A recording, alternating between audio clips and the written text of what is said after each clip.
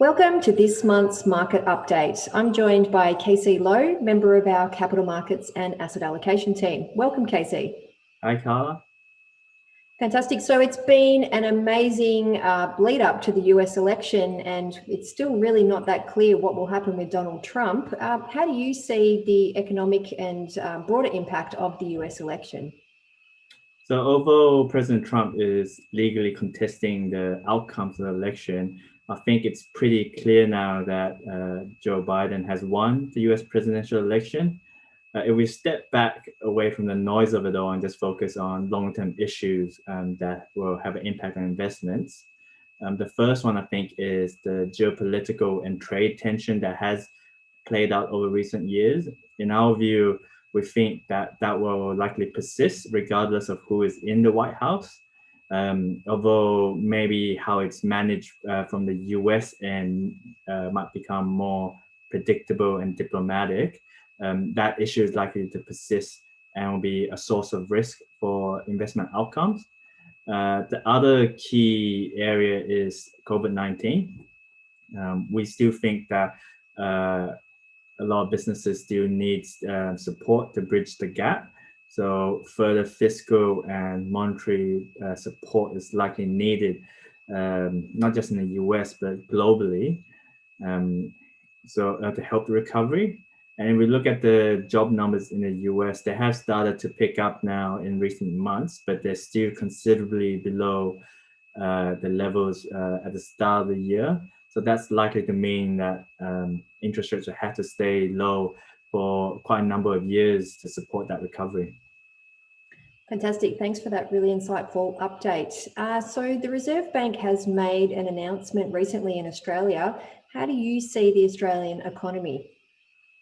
That's right. So in terms of the Australian economy, we think it looks like it likely bottomed at the end of or in the June quarter and has started to recover in recent months, although it is still below pre-pandemic levels. If we look at the employment market for Australia, if we use higher frequency data released by the Australian Bureau of Statistics, it looks like the employment market is recovering across all states, except for Victoria, just because we've had the second lockdown here.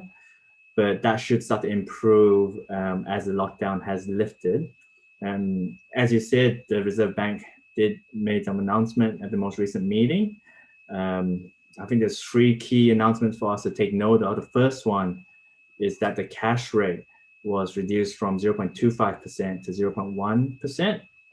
Now, it's already quite low, and the discussion at the Reserve Bank is that they think it will be extraordinarily unlikely for them to take it into negative territory, but we'll wait and see what happens there, given other central banks around the world have taken it into that negative territory before.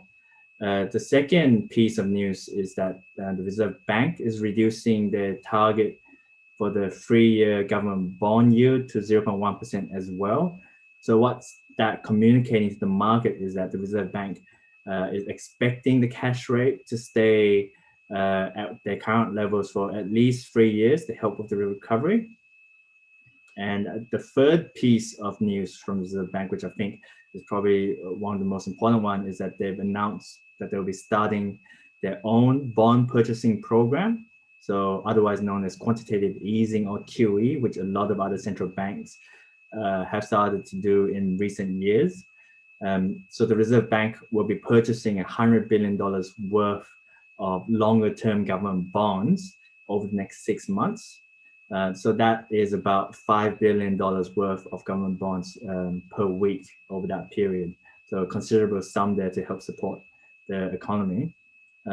So why is the Reserve Bank doing all of this?